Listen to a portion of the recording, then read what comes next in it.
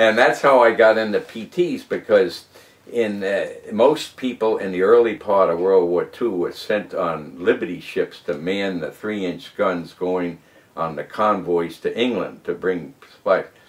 But you could only choose your own duty if you were in the very top part of the class. And again, I was in the top part of the class because Duke had been a fine school and given me a fine education. And so I chose PT boats, and that's how I got into PT boats. Okay, so I know you were involved in Panama. What were the United States concerned about with the Panama Canal?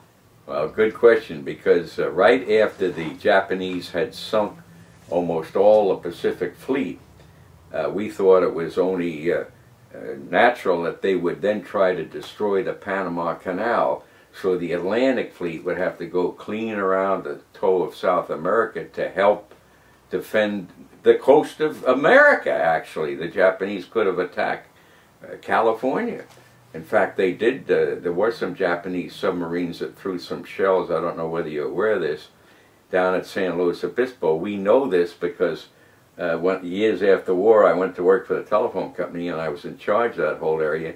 And our home was right close to the petroleum tanks that the Japanese subs had sunk in America.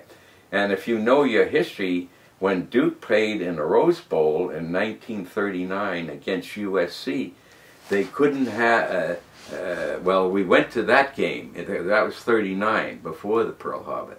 But when we played the Rose Bowl game in 1941, the year after I graduated, it was played at Duke because they didn't dare turn the lights on in the Rose Bowl on the Pacific coast, because the Japanese were shelling America a little bit, mostly with submarines. So that's why they sent our squadron immediately down to Panama, and they put us on a lovely little island called Toboga, 10 miles off the coast of the Panama City where the canal started.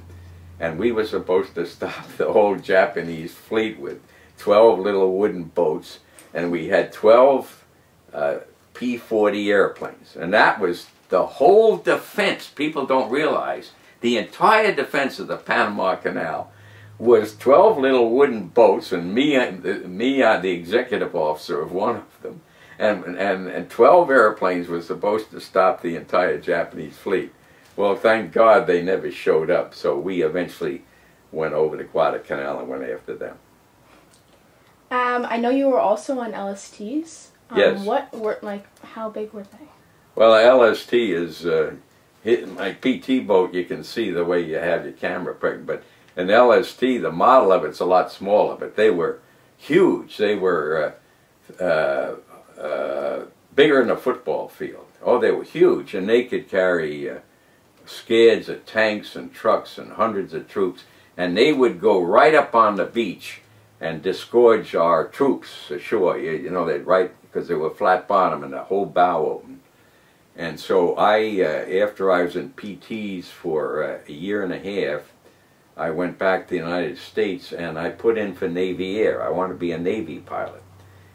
And it was right before Omaha Beach.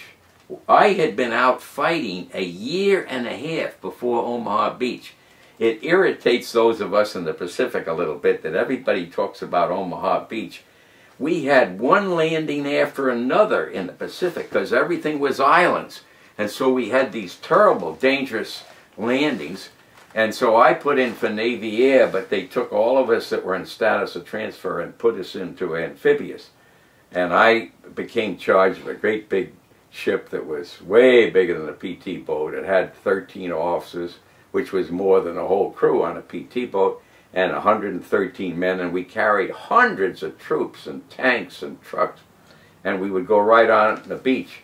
Well, that was towards the end of the war, and that time I made the landings at Saipan and Okinawa, and then eventually the invasion of Japan.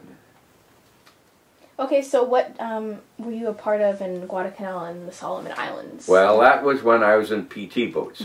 And it turned out that our job, first of all, we could not operate at all in the daytime because the Japanese had 22 airfields within 100 miles. and we had just captured one. And the reason our military went into Guadalcanal, had the Japanese kept that Henderson Field, that first airport, air station we tried to capture, had they kept that, they could have started bombing Australia and New Zealand. That was their objective, because they had conquered the Philippines, Malaysia, Singapore, Vietnam. They took Vietnam in a week. We were over there years later for 8 years and lost the war. Well, the Japanese were so powerful in those days, they went through like Vietnam like it was nothing. And they had Malaysia, and they did all that because they wanted the oil from Indonesia. And so our job was to stop their supply line. The way you win a war is to stop the enemy's supply line. If you can stop them from getting more reinforcements, gasoline, ammunition, medicine, all the things it takes to fight a war, you're going to be the side that wins if you stop them, and vice versa. If they do, they're going to win. So we found that we could not do anything in the daytime because they controlled the whole area by air, but we were very effective at night because they couldn't see us in the darkness on the water. Their airplanes couldn't see.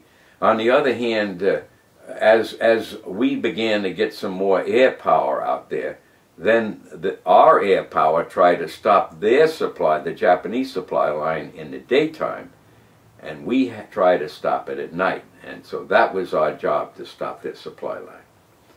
Okay, what was your experience in Okinawa, and weren't you a part of saving like an army unit? Yes. You know, my interviewer here is well aware, because she's read my book, that everybody wants to read about Kennedy, which is understandable because he became president. But actually the most, and of course I was the guy that rescued Kennedy while I was in the PT boats. I went in on a boat that rescued him and became his tent mate and got to know him very well. And that's the part of my book, which is Water in My Veins. If anybody out there wants to buy it, it's on 6 places on the internet, on Amazon and Merriman Press and a whole bunch of places, called Water in My Veins, of the pauper who saved the president.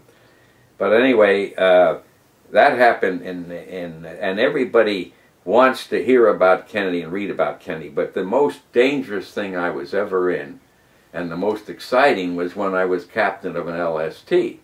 And if you know the history of Guadalcanal, the Battle of Okinawa, the Battle of Okinawa was the largest battle in World War II. It was bigger than the Bulge. It always irritates those of us in the Pacific that everybody talks about Omaha Beach. Now, my brother was at Omaha Beach, but we had landing after landing all through the South Pacific. First of all, the war in the South Pacific started 1.5 years before Omaha Beach, and it lasted almost a year after the war in Europe was over. And we had to capture island after island after island, which meant a great, it was mostly a Navy war, or Marines. We used the Marines on the beach and the Navy to get them there. And every time, just to get them there was a battle. And so at Okinawa, the trouble with Okinawa is the Japanese had this tremendous old castle called Shuri Castle. And it was up on a hill, and it went clean across the whole island. And it was littered with caves that they had built, caves after caves, so you couldn't see them. And our Marines would try to go up Shuri Castle, up that hill, and the Japanese, to give you an idea how great this war was at Okinawa, we lost 50,000 men in Vietnam, and we were over there in 8 years. In Okinawa, we killed 140,000 Japanese in 3 months, plus, sadly, 100,000 native Okinawans, women and children, they used as human shields that they stuck out in front of themselves. They were all in caves, And when we try to attack them in caves at Shuri Castle,